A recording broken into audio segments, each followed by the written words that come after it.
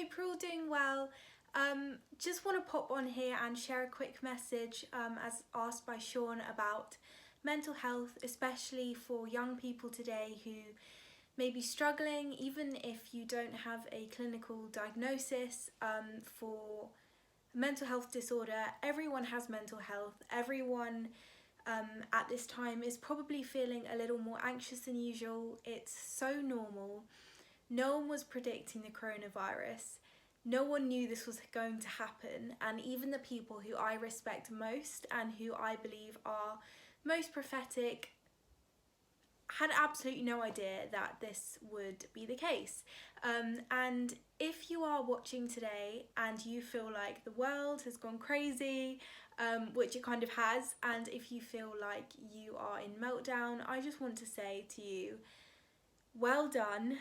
Take a deep breath.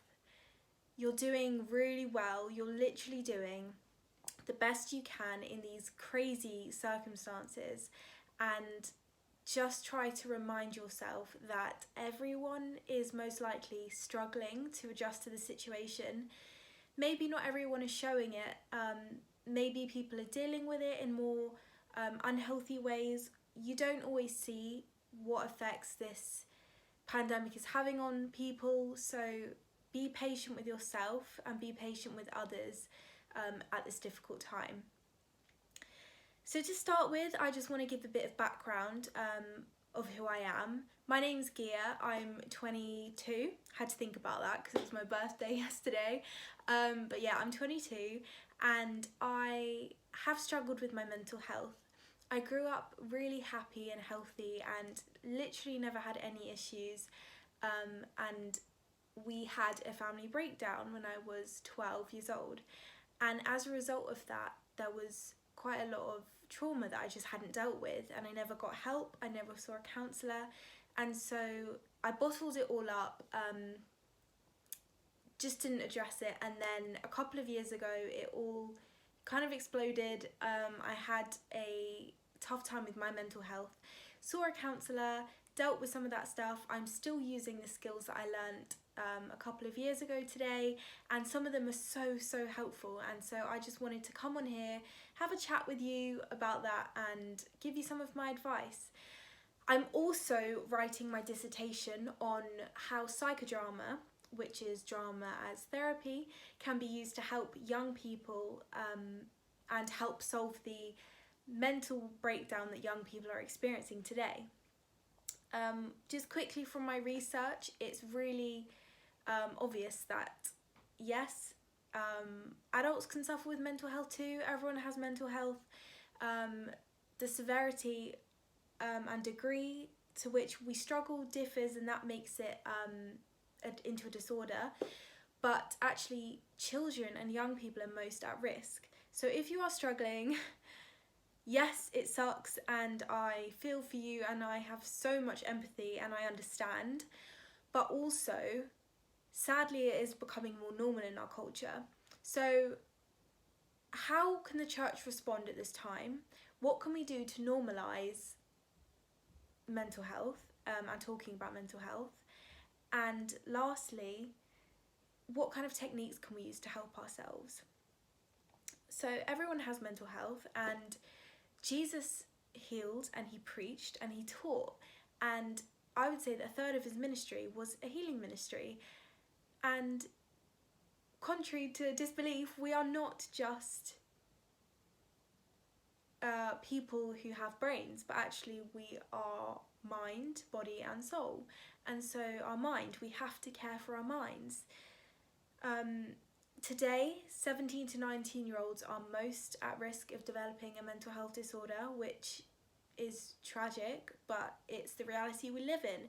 And I feel like so often the church have looked past that. They have, I know for me, I've had the Bible just read at me, and I'm like, it actually makes me feel worse, because although God is superior, he's all-knowing, he has all authority, it can feel like there is something wrong with you when the biblical truths are not fixing your issues.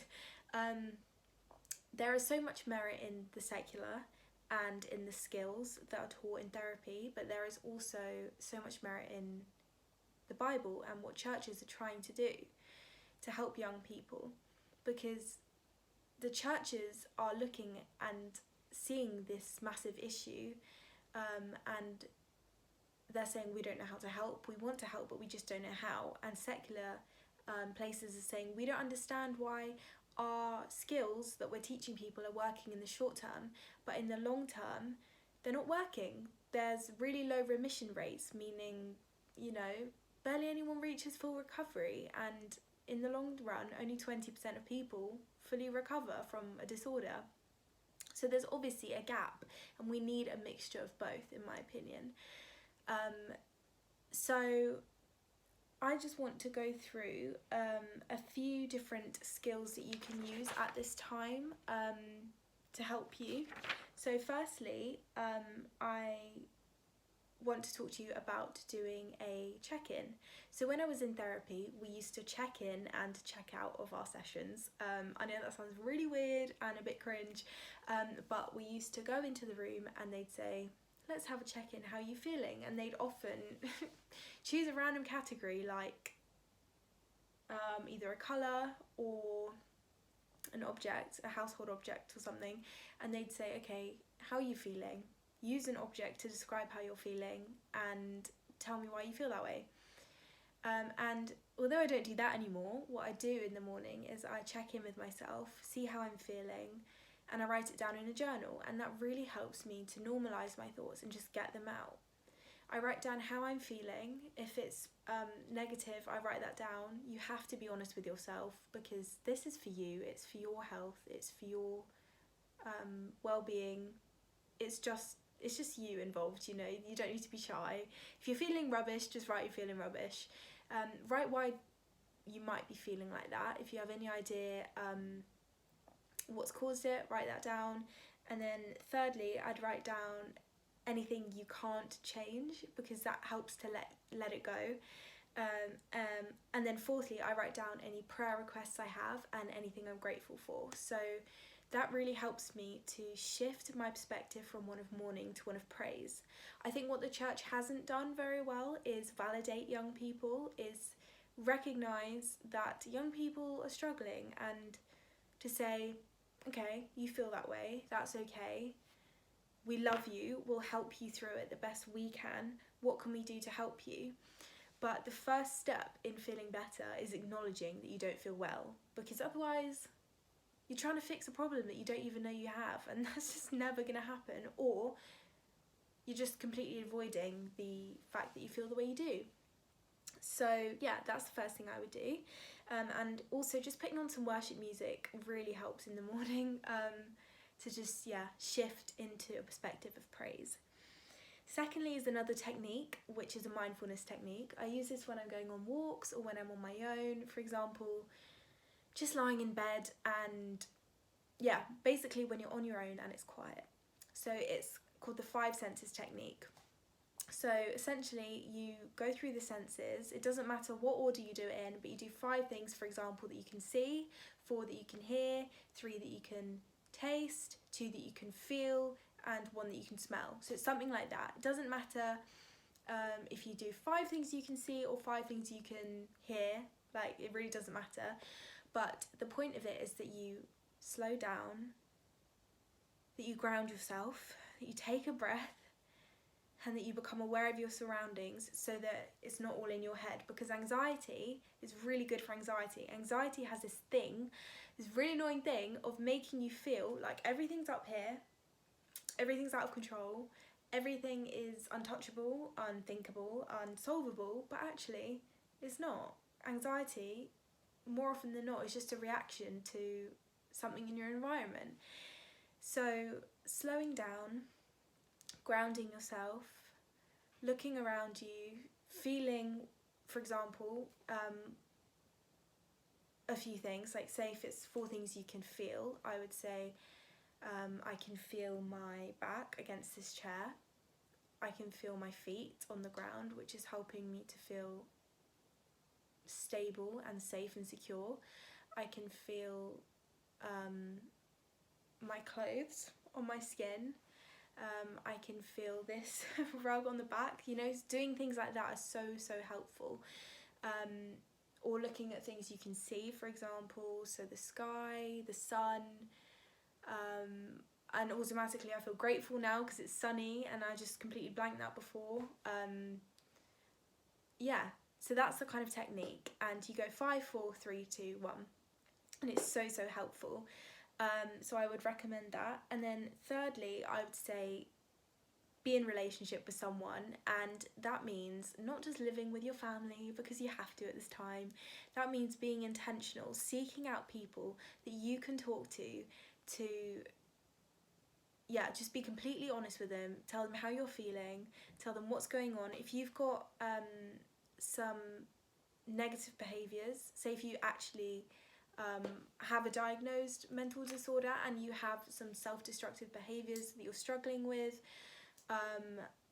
and you feel too bad to talk to anyone at church because you feel like it's sin, although it is, and it's a really fine line and hard to explain, and I'm not going to go into it now, what you are feeling is still valid, and you deserve help, love and support, and not just condemnation.